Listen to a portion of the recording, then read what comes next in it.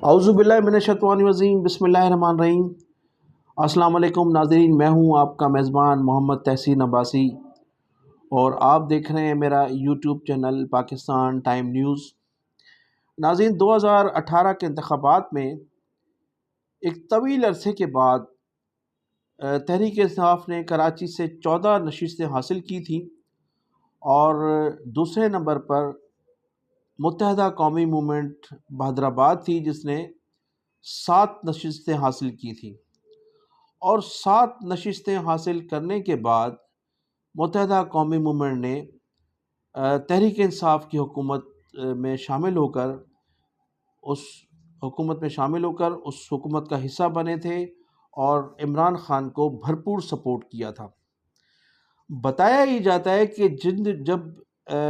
تحریک انصاف اور متحدہ قومی موومنٹ کے درمیان حکومت میں شامل ہونے کے لیے مذاکرات ہوئے تو سب سے پہلے شرائط یہ تھی کہ جو متحدہ قومی موومنٹ کے مسنگ پرسنز ہیں، جنہیں مختلف علاقوں سے اور مختلف اوقات میں اٹھایا گیا ہے،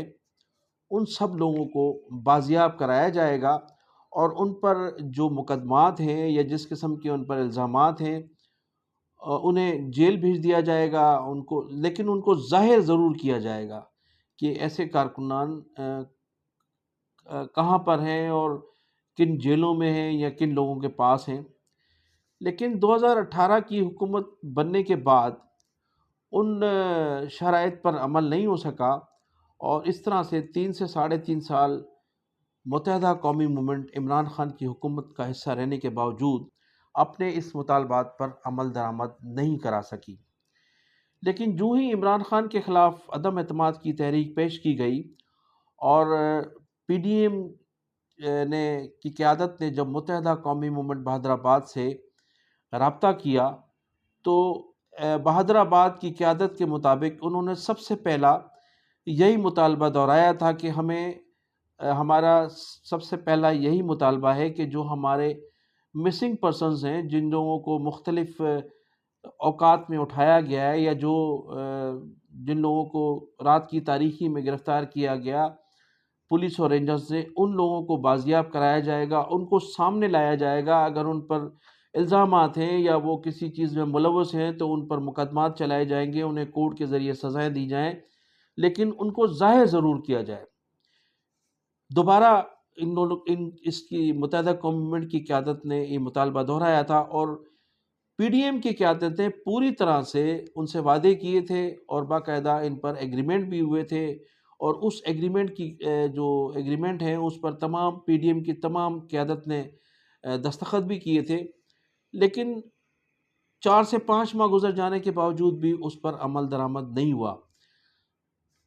بس نہ صرف اس پر عمل درآمد نہیں ہوا بلکہ گزشتہ چند روز قبل وہ جو مسنگ پرسنز تھے جس کے لیے یہ حکومت میں شامل ہوئے تھے، ان میں سے 3 کارکنان کی سندھ کے مختلف علاقوں سے ڈیڈ باڈیاں ملی، اور ان ڈیڈ باڈیوں کے متعلق بتایا جاتا ہے کہ ایک کو 2017 میں گرفتار کیا گیا تھا، ایک کو 2016 میں پولیس اور رینجرز لے کر گئی تھی، پھر تیسرے کو 2019 میں گرفتار کر کے لاپتہ کر دیا گیا تھا۔ تو یہ تینوں کارکنان وہ تھے جنہیں مختلف اوقات میں مختلف جگہوں سے پولیس اور رینجرز نے مشترکہ طور پر گرفتار کیا تھا اور گرفتار کر کے انہیں لاپتہ کر دیا تھا۔ 2 حکومتوں میں شامل ہونے کے باوجود بہادرآباد کی قیادت اپنے کارکنان کو بازیاب کرانے میں ناکام رہی۔ جب گزشتہ دنوں ان کی ڈیڈ باڈیاں مختلف سندھ کے مختلف علاقوں سے ملی تو اس پر بہادرآباد کی قیادت نے بھی سخت احتجاج کیا، متحدہ قومی موومنٹ 90 نے بھی سخت احتجاج کیا، سوگ کا اعلان ہوا اور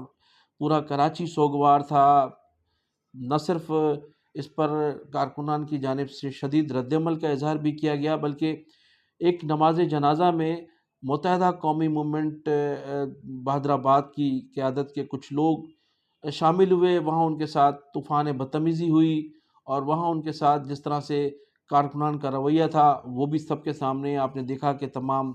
میڈیا پر وہ وائرل بھی ہوا، سوشل میڈیا پر بھی وائرل ہوا، اخبارات میں بھی اس کی خبریں سب لوگ آپ پڑھ چکے ہوں گے۔ گزشتہ 2-3 روز سے سنا جا رہا تھا کہ وفاقی وزیر داخلہ اس سلسلے میں کراچی پہنچ رہے ہیں، وہ حیدرآباد جا کر متحدہ قومی موومنٹ کی قیادت سے اس سلسلے میں مذاکرات بھی کریں گے اور ان لواحقین سے بھی ملیں گے، ان کے لواحقین سے بھی ملیں گے جنہیں شہید کیا گیا تھا، جن کی ڈیڈ باڈیاں مختلف علاقوں سے ملی تھی۔ تو کل گزشتہ روز وفاقی وزیر داخلہ حیدرآباد تشریف لائے، وہاں وفاقی وزیر داخلہ نے شہداء کے لواحقین سے بھی ملاقات کی اور متحدہ قومی موومنٹ حیدرآباد کے جو رابطہ کمیٹی کے کچھ لوگ تھے ان سے بھی ان کی ملاقات رہی۔ لیکن اس دوران جو افسوسناک بات یہ تھی کہ وفاقی وزیر داخلہ کی جانب سے ان شہداء کے لواحقین جن سے ان کی ملاقات تھی، نہ تو کوئی امداد کا اعلان کیا گیا، ہونا تو یہ چاہیے تھا کہ جو لوگ جن لوگوں کی ڈیڈ باڈیاں ملی تھیں یا جو شہید ہوئے تھے ان کے جو ورثہ تھے ان میں کوئی نوکریوں کا اعلان کیا جاتا ان کو روزگار کے سلسلے میں، اور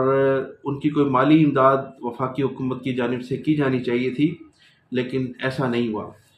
اور دوسری افسوسناک بات یہ تھی کہ متحدہ قومی موومنٹ حیدرآباد کو اس نثار پنور کے متعلق بھی وزیر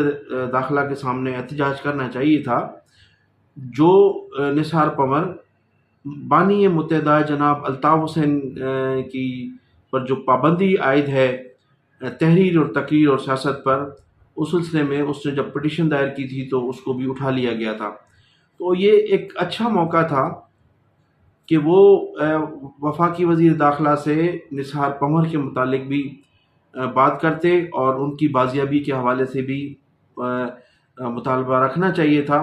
لیکن ایسا بھی نہیں ہو سکا۔ تو ایک بہت اچھا موقع تھا متحدہ قومی موومنٹ حیدرآباد اور متحدہ قومی موومنٹ 90 کے جو درمیان فاصلے ہیں وہ ممکن تھا کہ اگر یہ نثار پنور کے متعلق کوئی بات کرتے یا مطالبہ کیا جاتا تو ممکن تھا کہ یہ فاصلے کم ہو سکتے تھے، لیکن حیدرآباد نے یہ موقع ضائع کر دیا۔ اور اس کے علاوہ جو وہاں سے ہمیں خبریں موصول ہوئی ہیں، متحدہ قومی موومنٹ حیدرآباد میں جس قسم کے اختلافات بتائے جاتے ہیں اور جو وہاں آپس میں رابطہ کمیٹی کے درمیان جس قسم کی بدتمیزیاں ایک دوسرے کے ساتھ کی گئی ہیں یا جو تلخ کلامیاں منظر عام پر آئی ہیں، اس سے ایسا محسوس ہوتا ہے کہ وہ جو ایک حیدرآباد میں ایک وہ تنظیمی ڈھانچہ تھا وہ ٹوٹ پھوٹ کا شکار ہو گیا ہے۔ اب لامحالہ جہاں کامران ٹیسوری صاحب ہوں گے تو وہاں تو اس قسم کے حادثات رونما ہوتے ہی ہیں۔ ماضی میں آپ نے دیکھا کہ فاروق ستار صاحب متحدہ قومی موومنٹ حیدرآباد کو جس طرح سے لے کر چل رہے تھے، اور جب کامران ٹیسوری صاحب کی انٹری ہوئی تو آپ نے دیکھا کہ حالات بالکل تبدیل ہو گئے، اور جس کامران ٹیسوری کے لیے پوری متحدہ قومی موومنٹ سے ڈاکٹر فاروق ستار فائٹ کر رہے تھے، وہ جو ہے ان کو فارغ کر دیا گیا، اور وہ فارغ ہو گئے، اور اب کامران ٹیسوری صاحب کی دوبارہ متحدہ قومی موومنٹ میں انٹری ہو گئی ہے۔ تو ایک بڑی افسوسناک خبر تھی، اور بڑا جو ہے وہ افسوس بھی رہا کہ اس موقع پر متحدہ قومی موومنٹ حیدرآباد کو نثار پنور کے متعلق بھی مطالبہ رکھنا چاہیے تھا وفاقی وزیر داخلہ کے سامنے، کہ یہ ایک بہت اچھا موقع تھا، اور وہ تو بانی متحدہ الطاف حسین کے لیے جدوجہد کر رہے تھے، تو یہ موقع ضائع کر دیا متحدہ قومی موومنٹ حیدرآباد نے۔ اور اگر وہ اس موقع پر کوئی اس قسم کا کردار ادا کرتے تو ممکن تھا کہ متحدہ قومی موومنٹ حیدرآباد اور 90 کے درمیان